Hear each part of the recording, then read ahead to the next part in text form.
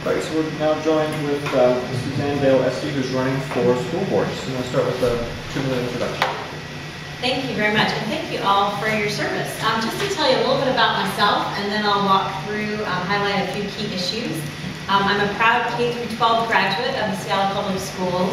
And as a student, I was actually on the school board of sorts. I served as an inter-high chair and a student representative to the school board about 25 years ago. Public education has always been extremely important to my family and a real personal passion. I'm the daughter of 2 educators, and my grandmother, it was fun to learn all this, great-grandmother and great-grandfather were all teachers. My husband of over 10 years and I are now heavily invested in the success of the Seattle School District. We have 2 sons, a first grader at Catherine Blaine, K-8, and then we'll have a kindergartner this fall. I recently established a government relations and economic development consulting firm, and before starting a small business, I served for 6 years as the economic development director of the city of Renton. Through my service at Renton, it became clear to me that amongst all the strategies, the most critical economic development strategy is supporting quality education. I've worked for a large financial institution where I worked on education policy. I've worked for King County Executive Sims, Governor Locke. I was a state lobbyist for the city of Seattle, and I was the Associate Director of Intergovernmental Affairs at the White House under President Bill Clinton. There are 3 key areas that I'll very briefly highlight once I declare my candidacy tomorrow morning. Keeping the focus on students. It's time for the district to act on the overwhelming mandate of the levies and really be responsive to the voters and reflect putting kids first throughout our city. High quality education with adequate funding for all. And then community engagement and shared values. And hopefully I can elaborate on these in the questions. I've worked hard for Democratic candidates and progressive causes for most of my life, and I would really appreciate your support. Thank you. So now we have 5 prepared questions that we're asking all candidates for the school board. 2-minute answers to each of these, and we left off resolution number 1. Assuming the legislature actually increases funding for Seattle Public Schools in response to the nuclear decision, what are your priorities for spending money? That is a great question, and I think I have a lot more to learn about what the district's priorities are. But I would say, focusing on student achievement, having adequate class size and an environment where teachers can be successful is really critical. And then by way of trying to close the achievement or opportunity gap, whichever you want to term it, I think there's some significant investment that needs to be made in certification, credentialing for English language learner teachers. We've got to address this summer learning gap, particularly for students that are getting lost in the opportunity gap, but really for all kids. How do we figure out how to help kids start where they ended at the end of an academic year? I think those would be my key priorities. Jack, number 2. In your view, what is the appropriate role of the school board in determining curriculum, and what is your opinion on the current curriculum? Another good question. I think that the school board, like any legislative body, is the policy-making body. The school board should be engaged in curriculum, and I would say that its focus should be on pushing for higher academic outcomes and raising the bar, using the curriculum to challenge students, to excite them about learning, and engage in a real way in education that they'll want to show up for school for and move on to a career and perhaps college. What is the school board's role? I think reviewing that curriculum, engaging where there are deficiencies in it. As we move toward a Common Core set of standards, the new state requirements which the district is doing, making sure that the curriculum reflects that Common Core, and then that testing methods, whatever they are and however they're integrated in evaluation systems, are well aligned with that curriculum. So really being the higher altitude policy-making body that is pushing the district, sometimes beyond its comfort zone. Joseph, number 3. What is your outreach strategy to make the district and its schools more approachable for non-English speaking families? That's a great question that I touched on a little bit earlier. What is my outreach strategy? I think, first and foremost, we need to make sure that teachers have the skills they need in the classroom, and that students are engaged in the classroom, and that teachers have either the credentials or the training that they need to engage English language learners throughout the day. Secondly, I think that parent engagement, family engagement is huge. I've been very involved in the Roadmap project, the Community Center for Education Results. If anyone isn't familiar with it, it's an effort in South King County looking primarily at the achievement gap, the opportunity gap. And they just had a phenomenal session for parents, a parent engagement day with very sensitively set up programming so that as my family walked down the hallway, every classroom had a workshop taught in a different language. And the classes were about how to engage with your teacher, how to engage with your principal, how to review homework and report cards with your children. Some of this is really foreign to some families, not just English language learning families. But I think that the roadmaps, strategies, there were 1,000 people there, and believe me, my boys who wore a lot of sunscreen today were in the minority, and it was really, really exciting. And I think we can replicate some of that and build on it across the district.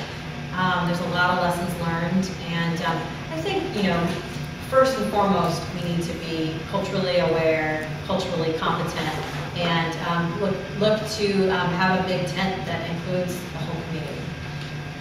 John, number 4.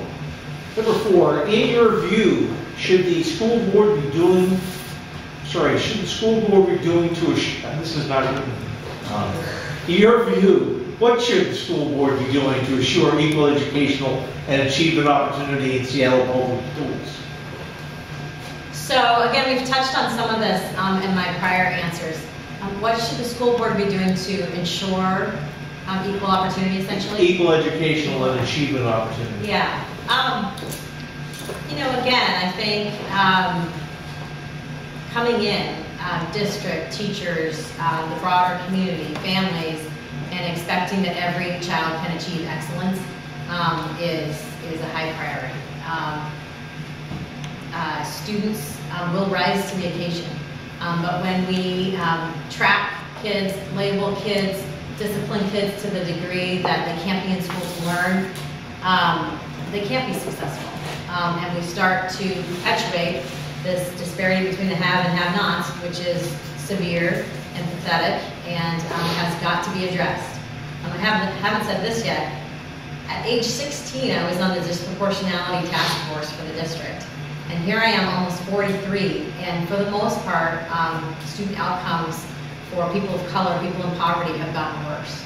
And that is unacceptable, and it would be a very high priority for me as a director on the school board to not just be in conversations about this, but actually ask the tough questions and try to help build whatever coalitions would be needed to actually move the needle.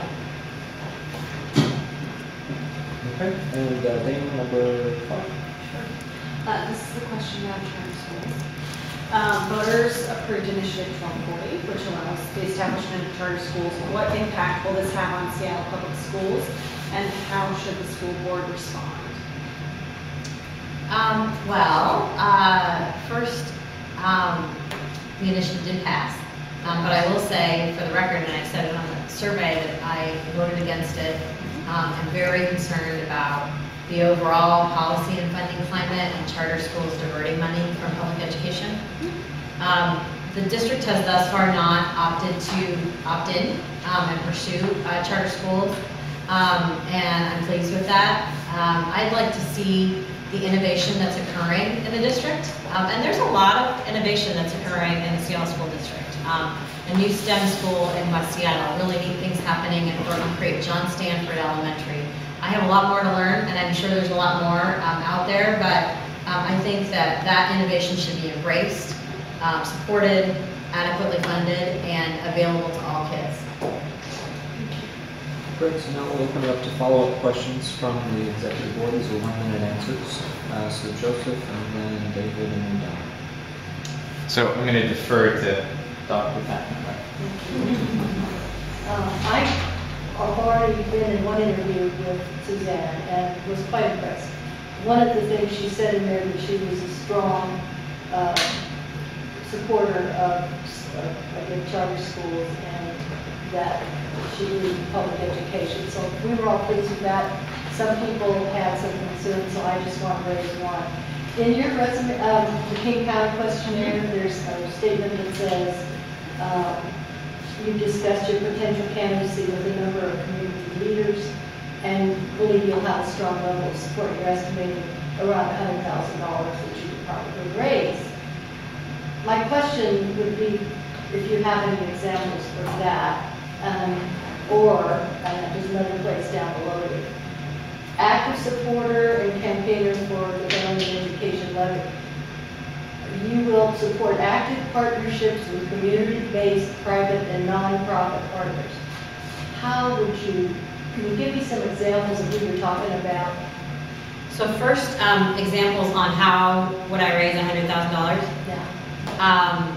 You know, I grew up in this community. I have worked with the business community. I've got friends all over town. I mean, none of us have enough friends, but I'm not afraid to make the ask, and I'll be doing a lot of asking. You know, I'd like to say I wish we didn't have to raise that kind of money. You know, there's a possibility there may not be an opponent or it may not be a big race. I'm deferring to the experts in the field in coming up with that figure. By way of building coalitions for the family and ed levy, and just all the work we have to do. It's a lot of work we have to do at making sure kids don't come to school hungry and homeless. You know, because those kids can't learn at the level that other kids can. And I think, you know, Children's Alliance, there's nonprofits all over town, and I would intend to, you know, work with all of them. David, and then Dave. Well, mine is a two-part question, and I want everybody to understand. Part one has nothing to do with part two. But I only get to raise my hand once. So, you mentioned that you may or may not have an opponent. Is there a reason why you're running for the Michael Bell seat? That's where I live, in District 4. And so I don't have a choice as to which seat. Why I'm running for school board sort of fundamentally. I'm heavily invested in the success of this school district. I want to see changes made. I want to see the success that we have made embraced. But we've got a long way to go. Does that answer your question? Sort of. There's a lot of speculation as to what the Michael Bell's going to do. Oh, so he announced today, it's in the Seattle Times, that he's not running again. Answers that. So that's why my release is going out tomorrow morning. Thank you. You're welcome. Sorry, I didn't quite catch that. That was None of us read the Seattle Times. We don't trust it. I suspect it will be over the broader media. If it's not the socialist militant, then we don't know. I read the paper every day. It must have been long before. I was looking probably a little more carefully than many people. No, my question is an actual school board question. And that is, We're down to about maybe a 20-second, 30-second answer. Okay. So just so you're aware. okay, APP, advanced pricing, and we seem to have a somewhat convoluted rationing system for advanced learning opportunities within the Seattle public schools. That's wondering what your thoughts are on advanced learning. I would say, since I don't have a lot of time, that when I talk about excellent education for all kids, that means at every spectrum. Kids who need special intervention and supports, but also kids who need to be challenged. I have more to learn about where we are with ALO and Spectrum and APP, but I think all three should be embraced and adequately funded and made available to those kids who warrant being in those programs. You're welcome. Great. Okay. I excellent transition. So my mom is a special education teacher at West Seattle High School. So she has to deal with a very crowded classroom of kids that sort of span a spectrum from autistic to gangbanger and everything in between. And she's constantly, obviously, faced with lack of resources in a number of different respects to deal with that. And so I wondered if you might address, specifically the sort of the disparities in the special education sort of sector or education environment in the district. I guess this would be first and foremost would be one where I need to learn more. I haven't yet met with the special education PTSA group, and I want to meet with the special education staff at the district. But clearly, the teachers in those classrooms are unsung heroes, and they need more support. They need more funding. That program needs to be managed well, so that the funds that are available are being used effectively. And I've heard some discussion that may not be the case, but I have more to learn. Time for maybe 2 more questions. How do you view language instruction? In the sense that, do you view it as a teaching of languages as a nice part of the curriculum, or as a transformational, potentially transformational tool? To what extent do you think language instruction can be done? I think in this global economy, where what 90% of the population doesn't live within this country, you've got to be able to speak a foreign language. I would like to see, I need to learn more about how the levels of funding have declined, because I suspect they have as we become more oriented towards standardized testing that doesn't always encompass foreign languages. I will say, as a consumer of the system, that I'm disappointed at the cost of extra. There are foreign languages taught at the K-8 school where my sons go, but it's on the family's dime. And this young age, is when kids should be learning foreign language. There's all sorts of studies that the younger the better. And so that it's a closed door to families who deserve that really essential education. Great. So on the piggyback for that, I heard Ron Sims talking about that maybe we should look at an international school model for most of our K8, with immersion opportunities. Have you heard anything about that, or any interest? No, and I'm actually meeting with Executive Sims soon, so I want to hear more about his perspective. He's endorsed my candidacy. I think immersion, the little bit that I know, immersion is very, very effective. The John Stanford School is very popular and has long waiting lists. It's a model that should be replicated. Not every family would necessarily want that, So I think there should be maximum choices for families. We have time for maybe one more. Someone want to defer to Pat again? Yes. Evan, would you like to give a question? Yes, I would like to defer. Mine was just a thought, but we were at, for that mayor's debate, we were at Hamilton International School, and that is an international school now, K-8. It is. Additionally, they're teaching Mandarin in West Seattle, I found out, so there's some stuff going on. Yeah, absolutely. I think there's gems all over this district. But bringing it all together systematically is Yeah. an issue, yeah. And where programs have been effective, they should be scaled up, Thank you. All right, so we're about out of time. Want to take 30 seconds for a closing statement? You bet. I really appreciate your time, particularly as the hour gets late. I know you've been sitting here in this room for a long time. As I've outlined, I believe I have a solid background that will help serve the Seattle School District well.